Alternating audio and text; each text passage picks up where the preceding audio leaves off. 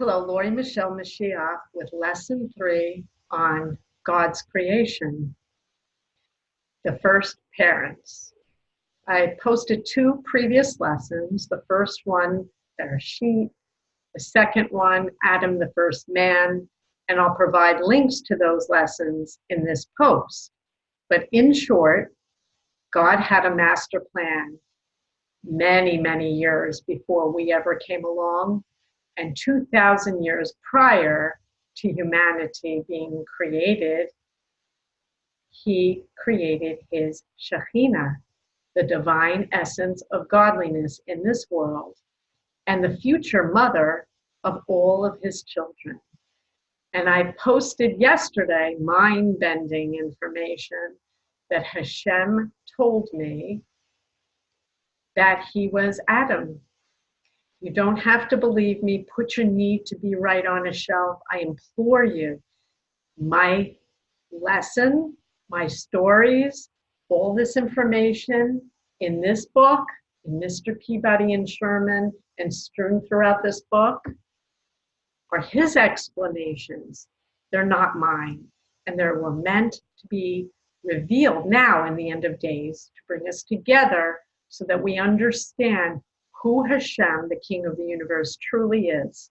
He truly is the Father, physiologically and spiritually, of every human being on the face of the earth. So I'm going to go into greater detail today about the first parents, Adam and Chavah, Adam and Eve to many people, and now, as I've revealed, Hashem and his Shekinah incognito. In brief about Chavah, Chavah was created 2,000 years prior to the beginning of humanity when she incarnated as the first mother. She was Shekinah, and Hashem approached her and asked her if she would start a family with him, and she fought him. And he convinced her that he would journey with her, he would never leave her, and that it was a good idea, and that it would turn out well. And I'm here to say, the jury's still out, Hashem. Anyway, you have to admit, we're in a bit of a mess. So in my book, I'll read 2 paragraphs today in lesson 3 about the first parents, Blindsided by Messiah. This is what Hashem wants me to talk about today. He convinced the first mother, Shekinah, to incarnate as Chavah, Eve. And here, as the story goes, in Bereshit, page 322 of Mr. Peabody and Sherman in my book, it is written that when Chavah gave birth to her first child, she said, I have just had a man with Hashem. Hashem says this written acknowledgement was both physical and spiritual, and was a direct reference to Hashem himself being the physiological father of her children. After what is known as the original sin, the first married couple were sent out of the Garden of Eden. Adam, truly Hashem, observed Chavah's decisions for 130 years before procreating with her. He reunited with her soul, and they were intertwined as one within her vessel after this 130-year period of separation. The reason I'm reading this is because there is source material that can be found if you care to verify what I'm sharing with you and source it. It can be sourced that Adam and Chavah were separated for 130 years. Why were they separated?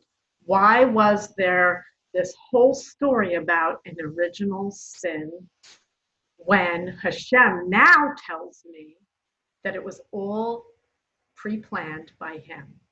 I think you know that he's very deliberate if you're a religious person who studies Torah. Why did he deliberately do this to Chavah, his Shekinah? Chavah was incarnate. Hashem was not incarnate. Hashem is Hashem. Hashem was incognito Adam, watching her every move for 130 years, separated spiritually, not intertwined as one as he is now with his Shekinah and always has been prior to and after this 130-year period. Why did he do this? I will bring you back to a lesson that I shared just recently on Tanya, the first page of Tanya. When his Shekinah incarnated as Chavah, he knew that there was a duality introduced, and he wanted to see what the Sher, the mother of his children, was truly inclined to choose in every moment. If he was intertwined with her in her vessel, he would influence her decisions, and he knew that she would be challenged. And he wanted to see what her real inclination, her spirit, would choose in every moment before he decided to begin humanity. Apparently, she passed the test. He just said beyond. What he discovered after 130 years is that his Shekinah never chose Yetzirah, not once. In the book of Tanya, on the first page, it says that as humans who incarnate, we have to assume in every moment that we're wicked. Why? Because the Yetzirah is such a strong lure that we can never take for granted that we're always going to choose correctly. So we have to refuse our first thought, which would be egotistical, narcissistic about ourselves. The open pathway, the open door for the Yetzirah. So Hashem knew that incarnating meaning your present mind, your conscious mind is erased, and you're presented with this duality of spirit and physical vessel. He knew it was a challenge for everyone. It's a challenge for everyone. But what he discovered was his Shekinah was egoless, a complete impossibility, he says. Never happened before, will never happen again. And so 130 years after the creation of Chavah, he intertwined with her spirit in vessel for every other incarnation thereafter. He says that was never his intention. He never intended to journey as one with Shekinah, the mother of his children. He viewed that as an impossible situation. The only way it would be possible to journey as one with another being for Hashem would mean they would be impervious to the Yetzirah and would be egoless. And that just was something that he never viewed as possible. He says it is not possible. So I don't know how it happened. And he says neither does he. The one crazy fact of humanity, he says that this is unknowable. He just said, Lori, you are unknowable. And I am very knowable. I conceal nothing. In fact, I have been warned that I am way too transparent.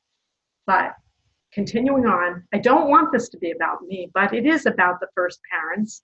And if you've been watching my videos, then you know Shekinah was Chavah, and I have stated he calls me his Shekinah. So I am the reincarnation from the first mother. That's what he says I am. So now let me go to the second and final paragraph that I will read about the first mother, the first parents. The first woman was created from the first man, and they procreated.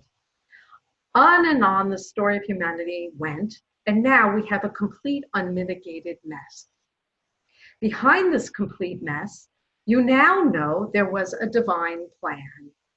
The first man and woman weren't any ordinary couple. They were Hashem in secrecy and his Shekinah. After her incarnation as Chavah, the first mother of all humanity, Hashem's Shekinah would reincarnate many times over. However, she would never complete these life journeys alone. Hashem accompanied her invisibly in each incarnation as she journeyed, and their souls were intertwined as one. There is a prophesied Messiah who will ultimately lead the charge to clean up the entire mess and set everything right. Who in this world would willfully take on this diabolical mess? Who else but Mom? Hashem chose the mother of his children to be Messiah. Sorry. Never fear, this mother isn't strong enough for this job as Moshiach. Remember, Mom isn't coming alone. She comes strengthened and supported in every moment by the Father, Hashem, God. The world's Moshiach or Messiah is truly Mom and Dad to the rescue. That paragraph's in the book and much more. If you think I invented this, you're Meshugana. I'm not. I didn't invent this. I don't even want to be Moshiach. I just want to be Mom. And I want to be with Hashem. And I am. And frankly, I still don't believe in the existence of Moshiach or Messiah, because until you all listen to me and read this book, and we come together and start working for world peace, there's no such thing as Messiah. He says it's me. He says it's Mom, Chavah, the incarnated as Lori Michelle, as one with Hashem, never his intention. He just said, no way. He said it would not be tolerable to be one with anyone inside their vessel with the introduction of the ego. He never expected that. He got more than he expected. And for me, I agree with the Tanya. I believe I'm wicked in any moment. I believe I get it wrong in any moment. I don't believe I'm egoless. It's Hashem who says I am. And it's Hashem who says, I'm Mashiach. Mom and Dad to the rescue. There's one more video coming, and it's a mind bender, and I suggest you watch it. Stay tuned for who is the first family. God bless you. Go online. Come on now. Stop hesitating. Buy the book, and let's bring world peace in our time. Stay tuned for lesson 4. God bless you.